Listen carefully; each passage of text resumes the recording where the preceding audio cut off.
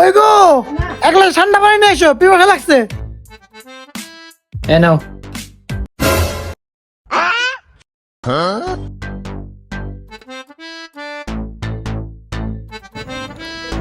কি হলো, পা টিপতে থাকো তুমি? আরে সারাদিন কত কষ্ট করো না, এই জন্যে। টেবিল লাগবে না, ওঠো যাও, উঠো উঠো উঠো উঠো উঠো।